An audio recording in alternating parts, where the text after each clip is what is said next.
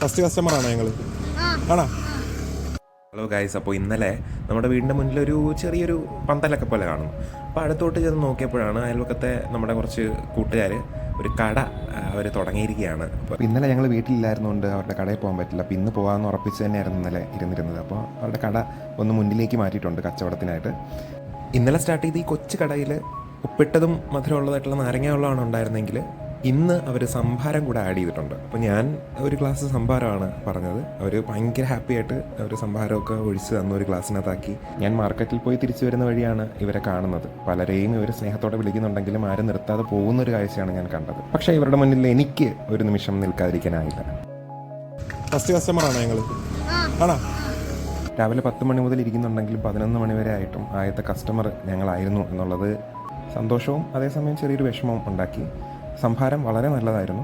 ഇത്തരത്തിലുള്ള കൊച്ചു കൂട്ടുകാർ നടത്തുന്ന കടകളെ വളരെയധികം സപ്പോർട്ട് ചെയ്യണം എന്നാണ് എൻ്റെ ഒരു അഭിപ്രായം. എല്ലാവരും കൗതുകത്തോടെ ഞാൻ ചോദിച്ചു, എവിടെ നിന്ന് കിട്ടി നിങ്ങൾക്ക് ഈ ഐഡിയ? അവർ പറഞ്ഞു, അവരുടെ അപ്പൂപ്പൻ പറഞ്ഞു കൊടുത്ത ഐഡിയ ആണ്. അവരത് വളരെ സന്തോഷത്തോടെ തന്നെയാണ് ചെയ്യുന്നത് എന്നെനിക്ക് മനസ്സിലായി. അപ്പോൾ അവർ അവധിക്കാലം ടിവിയുടെയും ഫോണിൻ്റെയും മുന്നിലൊന്നും ഇരിക്കാതെ അവരിങ്ങനെ കുറച്ച് ബാല്യകാല അനുഭവങ്ങൾ ഉണ്ടാക്കിയെടുക്കാൻ ശ്രമിക്കുന്നത് എന്നെ സന്തോഷിപ്പിച്ചു. അപ്പോൾ ഇത്തരത്തിലുള്ള കുഞ്ഞു സംരംഭകരെ നിങ്ങൾ കാണുകയാണെങ്കിൽ അവരോടൊപ്പം അല്പസമയം ചിലവഴിക്കാൻ നിങ്ങൾ തയ്യാറാവണം. അത് നിങ്ങളുടെ ഒരു ദിവസത്തെ തന്നെ സന്തോഷകരമാക്കി തീർക്കുമെന്ന് എനിക്ക് തീർച്ചയാണ്. അപ്പോൾ rest and peace guys, bye.